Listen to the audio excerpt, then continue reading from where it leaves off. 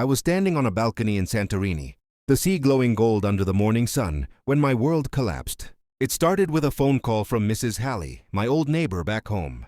"Ethan, dear," she said softly, "did you sell your house?" I frowned, the warmth in my chest turning to ice. "What? Of course not." "Oh my, then you'd better come home. There's a moving truck in your driveway. A couple just moved in. They said your mother sold it." The cup slipped from my hand, shattering across the balcony floor. "My mother?" I called her immediately. She answered on the third ring, her voice calm, too calm. "Ethan, honey, you should be enjoying your vacation." "Mom," I cut her off. "What's going on? Did you sell my house?" There was silence. Then a deep sigh. "Ethan, I had no choice." "No choice?" My heart pounded. "That's my house, Mom. The one I spent 6 years paying for? What do you mean, no choice?" Her voice trembled. "It's your sister, Emily. She was in trouble. She owed money. Very bad people, Ethan. They came to the door last week. They threatened her. And me. I couldn't just stand by." "So you sold my home?" I said, my voice shaking. "Without even telling me?" "You were away," she cried. "What else could I do? They said they'd come for her that night if we didn't pay." "You could have called me," I shouted. "You could have done anything else." She whispered. "I did what a mother had to do." The line went dead. The next morning, I was on the first flight back home. I didn't sleep. I didn't eat. All I could see in my head was the house I'd built with my own 2 hands. My first real dream after years of working late nights as an architect. The house that held my father's photograph, his old guitar, the dining table where he taught me to draw blueprints when I was 12. When the taxi turned onto Willow Creek, I froze. The sold sign stood crooked on the lawn. A family was unloading boxes. The white fence I had painted last summer had already been repainted gray. And through the window, I could see my living room, my old living room, covered with someone else's furniture. A woman waved at me cheerfully. "Oh, you must be Ethan. Your mom said you might stop by." I didn't answer. My throat was dry. "Beautiful house, by the way," she added. "You're lucky." The papers cleared fast. Cash offer too. Lucky. If only she knew. I drove straight to my mother's house. When she opened the door, she looked smaller somehow, older. Guilt lived in every wrinkle of her face. "Ethan," she started. "Don't," I said. "Don't say my name like nothing happened." I walked past her into the living room. The coffee table was covered in papers, contracts, receipts, and bank transfers. "You forged my signature," I said quietly. She looked down. "I had your power of attorney from when your father passed away. It was still valid. I didn't forge anything. That was for medical emergencies," I said coldly. "Not for stealing my home." Her eyes filled with tears. "Ethan, please. I know what I did was wrong, but your sister, she would have been killed. She made a mistake borrowing from those men. I had to protect her." "By destroying me?" "She's my daughter too," she cried. "You're strong, Ethan. You'd survive this." She wouldn't. I stared at her, my chest heavy with rage and heartbreak. "You didn't just sell a house, Mom. You sold my father's memory." Her voice broke.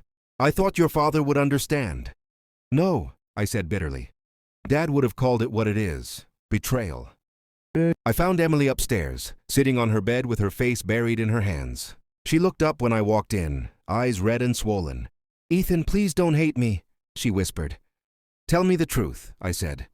"Did you know she was going to sell it?" She nodded slowly, tears streaming down her cheeks. "I tried to stop her, I swear. But they were going to hurt me. I didn't know what else to do." I stared at her, my heart twisting. "You've always had a way of letting other people fix your messes." She sobbed. "I'll pay you back somehow. I promise." I laughed, a hollow, broken sound. "You can't pay back a home, Emily. You can't pay back years." I turned and walked away, leaving her crying in the silence. That night I stayed in a cheap roadside motel. The rain kept tapping on the window, just like the memories in my head that refused to fade. Every corner of that house flashed before my eyes. Dad's laughter echoing down the hallway, Mom's birthday dinners, the night I carried Emily home drunk after her breakup. And now all of it belonged to strangers. I checked my bank account, nearly empty. Mom had used my savings too. Every cent went toward Emily's debt. For a moment I wanted to scream, to break something. But instead I just sat there, numb. Because deep down, I understood something cruel. She hadn't done it out of greed. She'd done it out of love. A love that chose one child over the other. And that realization hurt more than the loss itself. The next morning I went to a lawyer. Maybe, just maybe, I could undo it. But after reading the documents, she shook her head. You gave your mother durable power of attorney 3 years ago. It gives her full legal authority over your property in emergencies. That was supposed to be temporary, I said weakly. She acted within her rights, the lawyer replied gently. I'm sorry. There's nothing we can do unless you prove she intended to defraud you. She didn't mean to defraud me, I muttered. She meant to save my sister. The lawyer nodded. Then the law won't see it as a crime. I stood up, numb. Then the law is as heartless as she is. That evening I drove back to Willow Creek one last time. I parked across the street and just watched. Through the window I saw the new owners painting the walls, laughing together. They looked happy, just like I once was. I didn't notice my mom until she was standing on the sidewalk beside me, her umbrella glistening in the rain. She looked at the house, then at me. I thought you'd be here, she said softly. I didn't answer. She took a deep breath. I know you'll never forgive me. And maybe you shouldn't, but I want you to know, I didn't do it for Emily alone. I did it because I couldn't bear losing another child. I lost your father. I couldn't lose her too. I turned to her, rain mixing with tears on my face. And now you've lost me instead. Her lips trembled.